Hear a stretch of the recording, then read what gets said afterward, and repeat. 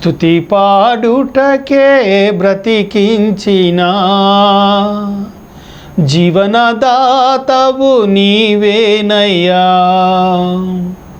స్తుతి పాడుటకే బ్రతికించిన జీవనదాతవు నీవేనయ్యా. తల్లి వలె నన్ను లాలించిన తండ్రి వలె నన్ను ప్రేమించిన నీ ప్రేమ ఎన్నడు మారదు యేసయ్యా. నీ ప్రేమ ఎన్నడు మారదు యేసయ్యా. స్తుతి పాడుటకే బ్రతికించిన జీవనదాతవు నీవేనయ్యా. నా జీవిత కాలమంతా నిన్నే ఆరాధించి గణపరచెదా. నా జీవిత కాలమంతా నిన్నే ఆరాధించి గణపరచెదా. స్తుతి పాడుటకే బ్రతికించిన జీవనదాతవు నీవేనయ్యా. హల్లెలూయా. ప్రియమైన దేవుని బిడ్డలారా, ప్రభుని యేసుక్రీస్తు నామములో మీ అందరికీ వందనాలు. దేవుని మహాకృపను బట్టి మరి సామెతల్లో బెత్షెబా సమూయేలు ప్రవక్తలు అలాగే బెత్షెబా సొలొమోను మహారాజుకి తల్లి అయిన బెత్షెబా సొలొమోను మహారాజుకు చెప్తున్న జాగ్రత్తలను మనం ధ్యానించుకుందాం. అలాగే ఈ వాక్యంని వివరించుకుందాం. చూడండి, ప్రార్థన చేసుకుందాం. మహోన్నతుడా, ప్రేమ కనికరం కలిగిన దేవా, నీకే వందనాలు, స్తుతులు, స్తోత్రాలు తండ్రి. బిడ్డలను జ్ఞాపకం చేసుకోండి ప్రభువా. బిడ్డలు ఇంటుండగా ప్రతి తల్లిని ప్రతి తండ్రిని దీవించండి. యవనస్తులు ఇంటుండగా వారికి జ్ఞానమును జ్ఞాపక శక్తిని కలుగు చేయండి. మీ ఆత్మతో మీ సత్యముతో మీ జీవంతో నింపి పరిశుద్ధపరిచి పవిత్రపరచమని. నేను వట్టివాడిని మట్టివాడిని మనిషిని, నా వల్ల కాదు. పరిశుద్ధాత్ముడే ఈ వాక్య వర్తమానం అందించి మహిమ ఘనత ప్రభావం తెచ్చుకోమని నా ప్రభువైన యేసుక్రీస్తు నామం పేరిట అడుగుతున్నాము తండ్రి, ఆమేన్. సామెతలు 1వ అధ్యాయము 12వ వాక్యము.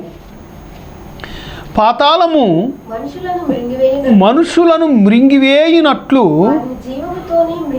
వారు జీవముతోనే మృంగివేయును. సమాధిలోనికి దిగువారు మృంగబడునట్లు వారు పూర్ణ బలముతో ఉండగా మనము వారిని మింగివేయుదము రండి అని ఎవరు పిలుస్తున్నారు? అపవాది ఒక అపవాదిని తోడు చేసుకుంటుంది. ఎలాంటి అపవాది క్రియలు అంటే, ప్రియమైన వారులారా, తాగుబోతుతనం. యవనస్తుడే బలం మీదే ఉన్నాడు. యవనస్తుడే. ఒకరికి ఒకరు సావాసము ఎక్కడ జరుగుద్దాయా అంటే బారు షాపులో వీరికి స్నేహము దొరుకుద్ది. 40 ఏండ్లు కూడా రావట్లేదు ప్రియమైన దేవుని బిడ్డలారా. క్రైస్తవులు తల్లిదండ్రి కూడా ఆలయాల్లో ఎంతో గొప్ప ఉన్నత స్థితిలో ఉన్నవారు, ఉన్నత పదవుల్లో ఉన్న బిడ్డలు 40 సంవత్సరాల వయసు రాకముందే వారు మరణిస్తున్నారు. ఎవరయ్యా అంటే క్రైస్తవులే. ఎందుకంటే ఎక్కువగా కూడా నేను కూడా అనేక మందిని గమనిస్తూ ఉంటాను. అయితే ఎక్కువగా కూడా ఈ సంవత్సరంలో చనిపోయిన వారు ఎవరయ్యా అంటే నా కళ్ళతో నేను చూసిన వారు ఎక్కువగా క్రైస్తవులు, అందులో చిన్న వయసు వారు. తల్లిదండ్రి పట్టించుకోక కొంతమంది తల్లిదండ్రి వదిలివేసిన వారు కొంతమంది. పట్టించుకోకపోవటం అంటే వారికి భయభక్తులు చెప్పకపోవటం వల్ల పట్టించుకున్నారు అంటే వారికి భయము భక్తి నేర్పించి మంచి చెడు చెప్తారు. పట్టించుకోకపోవటం అంటే వారిని పూర్తిగా ఏమీ చెప్పరు.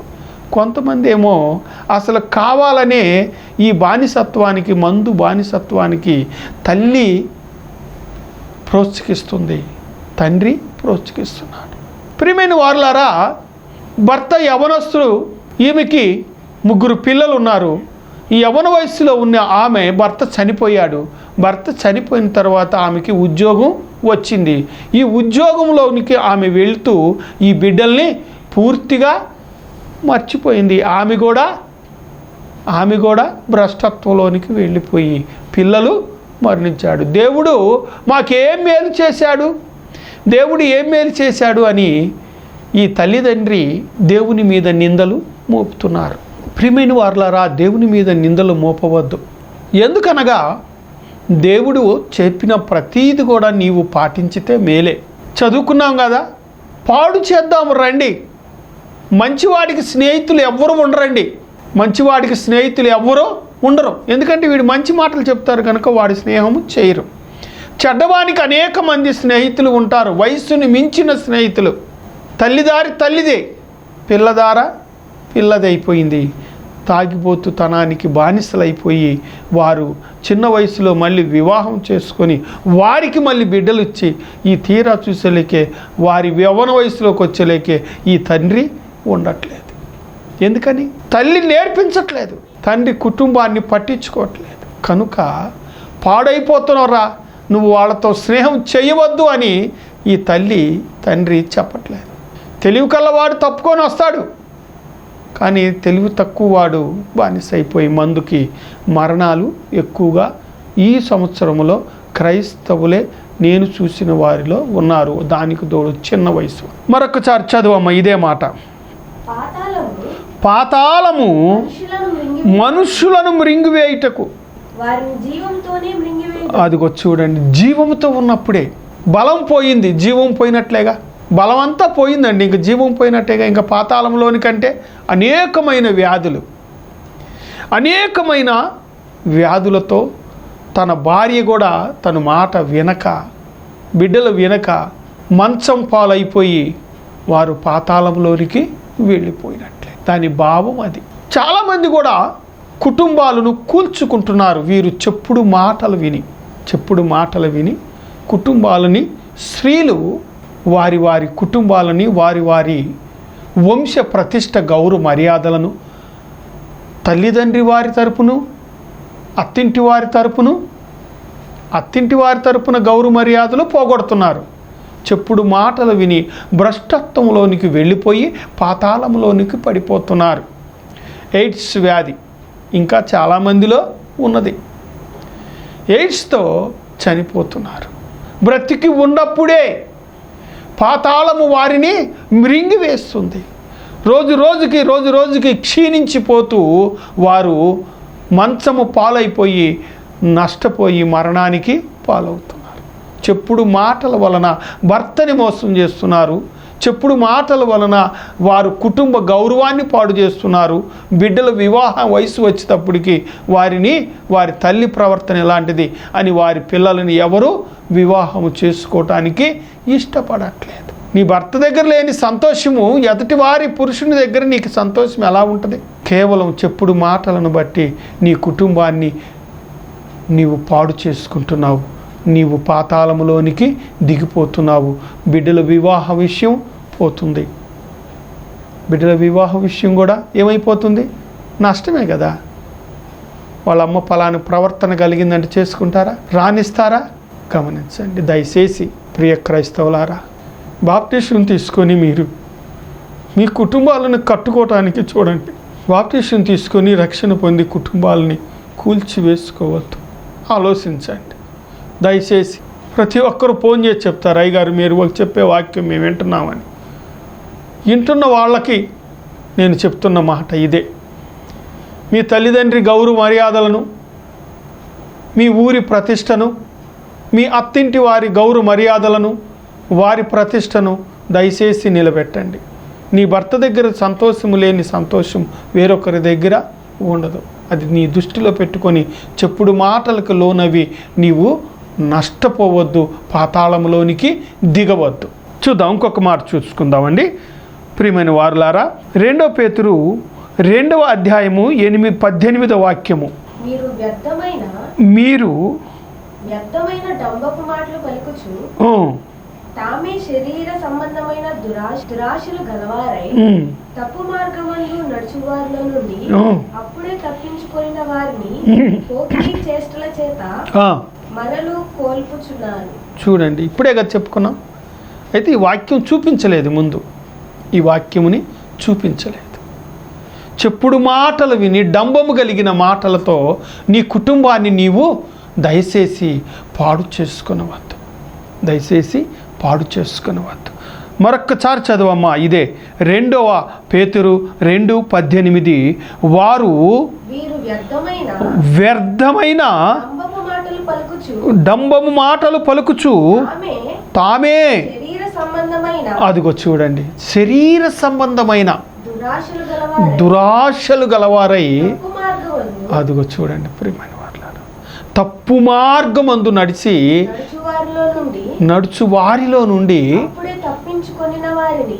చూడండి, తప్పించుకోవాలని ఎంత ప్రయత్నించినా తప్పుకోలేరు. కొంతమంది తప్పుకుంటారు. పేతురు గారు సంఘానికి చక్కని లేఖనము, వారి సంఘము బలపడాలని, వారిలో ఉన్న అవయవతను తీసివేసుకోవాలని కోరుతున్నాడు. అందుకని డాంబికమైన మాటలు కొంతమంది హెచ్చులెచ్చులుగా మాట్లాడతారు. ఆ మడాయి మాటలు కూడా తీసివేసుకోవాలి క్రైస్తవులు. యాకోబు పత్రిక 1వ అధ్యాయము 14. ప్రతివాడును తన స్వకీయమైన దురాశ చేత వీడవబడి మరులు గొల్పబడిన వాడై శోధింపబడును. ఎక్కడ శోధింపబడుతున్నాడు? సాతానుతో శోధింపబడుతున్నాడు. అనేకమైన కోరికలతోనూ అనేకమైన వాంఛలు కలిగించి ఈ విశ్వాసి పోతున్నాడు. ఎలాగంటే ఇదిగో రక్షణ పొంది మారు మనసు పొంది బాప్టిజం తీసుకొని ఉంటున్న ఇతను ఏమవుతుందంటే ప్రియమైన వారులారా జ్ఞాపకం చేసుకోండి, కుటుంబం యొక్క సమస్యను బట్టి ఇతను జారిపోతున్నాడు. కుటుంబ సమస్యను బట్టి జారిపోతున్నాడు. కనుక మనము ప్రతివాడును కూడా తన స్వకీయమైన దుర్లాభముతో, దురాశ ఉంది, దుర్లాభము ఉంది. వడ్డీ వ్యాపారం చేయకూడదు క్రైస్తవుడు. లంచము పుచ్చుకొనకూడదు. చదవమ్మా ఒకసారి ఆ మాట. ప్రతివాడును తన స్వకీయమైన అదుకోండి దురాశ. ఎవరికి ఎక్కువ ఉంటుందయ్యా అంటే క్రైస్తవులకి దురాశ ఎక్కువ. అది ఉండకూడదు. ఆ దురాశ కలిగించేది సాతాను. ఎందుకంటే రేపు తీర్పు రోజున నీవు జీవగ్రంథంలో నీ పేరు తీసివేయాలని, నీ 7 తరాల ఆశీర్వాదాన్ని తీసివేయాలని వాడేం చేస్తాడంటే, ఏం చెప్పుకున్నావు? జీవగ్రంథంలో నీ పేరు తీసేయాలని, నీ వంశానికి ప్రతిష్ట గౌరవ మర్యాదలు ఈ భూమి మీద ఉండవు, అలాగే పైనుంచి ఆశీర్వాదం కూడా కోల్పోయేటట్లుగా చేస్తున్నాడు వాడు. నీవు గమనించట్లేదు, ఆలోచించట్లేదు. పక్కనోడికైతే చెప్తాం ఈ భూమి శాశ్వతం కాదయ్యా అని, కానీ నేను మట్టుకు చేసే పనులన్నీ అయ్యాయి కదండి. అవి ఉండకూడదు. 15వ వాక్యం చదవమ్మా. దురాశ గర్భము ధరించి అదిగో చూడండి, దురాశ పాపముని కంటదట. పాపము దేనివల్ల? అనేకమైన కీడులు చేసిద్ది ఈ పాపం. ఒకటి కాదు. ఎవరిలో ఎక్కువగా ఉంటుందయ్యా అంటే యాకోబు కూడా సంఘానికే రాశాడు. ఎవరికి? క్రైస్తవులకి, సంఘంలో ఉన్న విశ్వాసులకు రాశాడు. మీలో ఉన్న అవయవత ఇలా ఉంది, తీసివేసుకోండి. మీలో ఉన్న అవయవత ఇలా ఉంది, తీసివేసుకోండి అని ఆయన చెప్తున్నాడు సంఘానికి. మరి నీవు ఎంతవరకు గమనిస్తున్నావు? నీ ప్రార్థన పరలోక రాజ్యము చేరుతున్నదా లేదా, నాలో ఏదైనా పాపం ఉన్నదా అని నీవు గమనించుకోవట్లేదు. నీ సహోదరుడిని వ్యర్థుడా అంటేనే పాపం అన్నాడు కదండి. వ్యర్థుడా, ఇంకొక మాట కాదు, వ్యర్థుడా. మరి నీవు ఆ పాపం ఏది ఉన్నదో, అసహ్యం ఉన్నదో, కోపం ఉన్నదో, కుతంత్రం ఉన్నదో, ఎట్టి స్వభావము నీలో ఉన్నదో తీసివేసుకుంటున్నావా? ఏ పాపం ఉంటుంది? అసూయ, అహంకారము కూడా పాపమే. పొరుగువాని సొమ్ము ఆశించటము పాపమే. పొరుగువాని సొమ్ము ఆశించటము పాపమే. ఎదుటివాడికి కీడు చేయటము ఘోరమైన పాపం. తెలియక కాదు, తెలిసి చేస్తే శిక్ష తప్పదు, తెలియక చేస్తే క్షమాపణ ఉన్నది. ఇప్పుడు దావీదును క్షమించాడండి. ఎలా క్షమించాడు? అయ్యా నేను గ్రహింపు లేక తెలియక నేను తప్పు చేశాను. ఇక్కడ సాంసోన్ ఉన్నాడండి. సాంసోన్ దగ్గరికి వచ్చేలేక ఏమంటున్నాడు? అయ్యా నేను గ్రహింపు లేక నన్ను అనేకమైన సార్లు నా ప్రాణం విసిగిపోగా నేను ప్రాణరహస్యం చెప్పాను అని చెప్తున్నాడు. ఇసిగిపోయే అంత స్థితి మనిషికి వస్తే ఎదటివాడు కూడా పిల్లి సింహం అయిపోయింది. సహనాన్ని పరిశీలించకూడదు. సహనాన్ని పరిశీలించినప్పుడు నష్టపోతారు. చూడండి ప్రియమైన వారలారా, దేవునిలో ఉంటున్న నీవు పవిత్రత కలిగి జీవించు, పరిశుద్ధత కలిగి జీవించు. దేవుడు చూస్తున్నాడనే భయముతో నీవు ఉండు, అది నీకు ఆశీర్వాదం. పాపము ఏదేదో చేసే పాపం అంటారు. తన వస్త్రాలను నువ్వు వర్ణించటం కూడా పాపమే. వస్త్రాలను చాలామంది వర్ణిస్తారు, పాపం. అలాగే ఇల్లు వర్ణిస్తారు. దేవుడిచ్చాడని దేవుణ్ణి వర్ణించడు, దేవుణ్ణి గణపరచడు. గర్వము కూడా పాపమే. మహాగర్వముతో ఉంటారు. పోయినసారి కూడా చెప్పుకున్నట్టున్నాం కదా, గర్వం దేన్ని బట్టి? ఉద్యోగాన్ని బట్టి, పొలమును బట్టి, ఇల్లును బట్టి, నా మాట వింటున్నారని బంధు వర్గాన్ని బట్టి గర్వం. ఆ గర్వం నిన్నెప్పుడైనా పాతాళంలోనికి తోసివేసిద్ది. నువ్వెప్పుడు కూడా ఆ స్థితిలోనికి వెళ్ళవద్దు. చూడండి, ఇక్కడ ఒక సేవకుని కూడా చూసుకుందాం. ఇప్పుడు వరకు విశ్వాసులను చూద్దాం ఆ మాటలు కూడా. చూడండి, 1 తిమోతి 6:10. ఎందుకనగా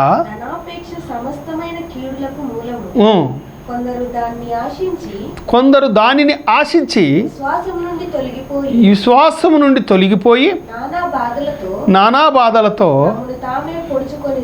తమ్మును తామే పొడుచుకొనిరి. ఇందాక మాటల్లో కూడా ధనాపేక్ష అనేకమైన కీడులకి మూలం. ఎందుకంటే రిఫరెన్స్ చూపించానన్నమాట, ముందే వివరించాను. అయితే దాన్ని విడమర్చి చెప్పాలి కనుక, రిఫరెన్స్ చూపించాలి కనుక చూపిస్తున్నాను. ఇది పరిస్థితి. ధనాపేక్ష అనేకమైన కీడులకి, పాపానికి, శాపానికి నువ్వు గురవద్దు. ధనము అక్కడ దాచుకో, ఇక్కడ సిమెంట్లు కొడతాయి, దొంగలు దోసుకుంటారండి. నీ ధనము నీ ధనాపేక్షతో అనేకమైన క్రియల ద్వారా సంపాదిస్తే, ప్రియ క్రైస్తవుడా, నీ ధనాపేక్ష అనేకమైన కీడులకి మూలము. నీకు ధనాపేక్ష అనేది క్రైస్తవుడికి ఉండకూడదు. క్రైస్తవుడికి ఉన్న ఎడల నష్టపోతాడు. మరొకసారి చదువుకుందామమ్మా. ఎందుకనగా ధనాపేక్ష సమస్తమైన కీడులకు మూలము. కొందరు దానిని ఆశించి అదిగో చూడండి, విశ్వాసం నుండి తొలగిపోతారు. ఎవరు? క్రైస్తవులే. ఎక్కడెక్కడ? లంచం తీసుకునే కాడ, అలాగే మోసకరమైన వ్యాపారం దగ్గర ధనాపేక్ష ఎక్కువగా కలిగిద్ది. ఎందుకంటే నాకు ఆ అనుభవం ఉంది. నేను ఎందుకంటే అట్టిపళ్ళు అమ్మా నేను చాలా వచ్చే కొంది ఇంకా మోసం చేయాలని, కొనే కొంది ఇంకొక రూపాయి పెంచాలని చేస్తూ ఉంటారు. సరే, దేవునికి స్తోత్రం. క్రైస్తవులకు అది ఉండకూడదు. చూడండి, మీకా 3:11.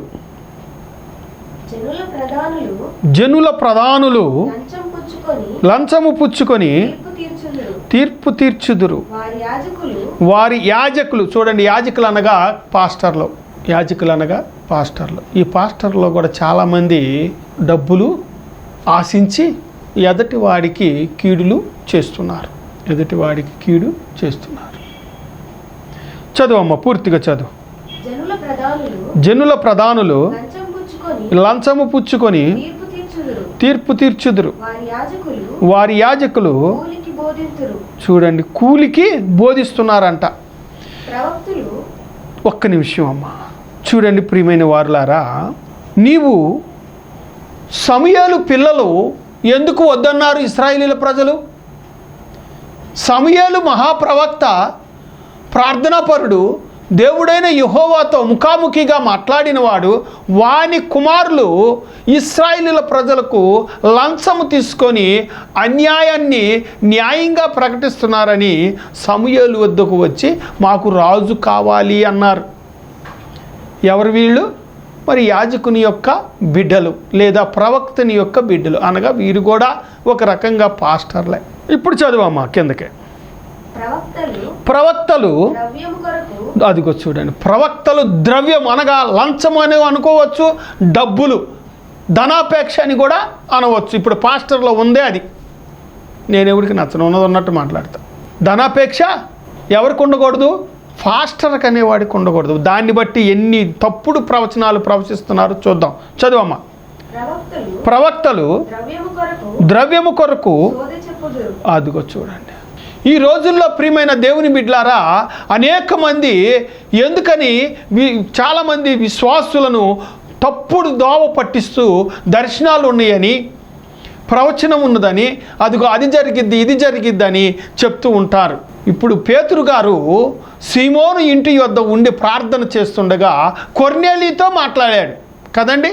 కొర్నేలితో మాట్లాడాడు, పేతురుతో మాట్లాడాడు. కొర్నేలి, నీవు చర్మకారుని ఇంట వద్ద పేతురు అనబడిన అపోస్తుడు ఉన్నాడు, అతనిని పిలిపించి నీవు సువార్తను ఇక్కడ ప్రారంభించు అని చెప్పాడు.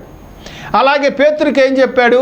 పేతురు, నీవు కొర్నేలి అను మహాభక్తుడు ఉన్నాడు, అతని యొద్దకు నీవు వెళ్ళి అతని ఇంట నీవు బస చేసి నీవు అక్కడ సువార్తని ప్రకటించు అన్నాడు.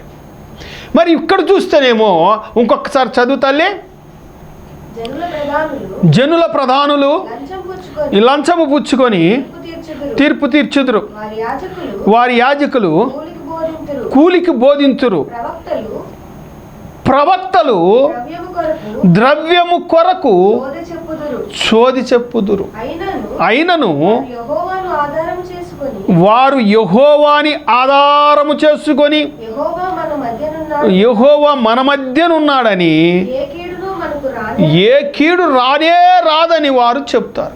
జీతానికి సేవకులు కొన్ని చర్చిల్లో, నేను కూడా చేశాను, కొన్ని చర్చిల్లో జీతానికి తీసుకునేవాడు జీతము కొరకు అలాగే ఆ సంఘాన్ని పొగుడుతాడే కానీ అతనికి అస్సలు కూడా మంచి చెడు గద్దించి బాధ్యతగా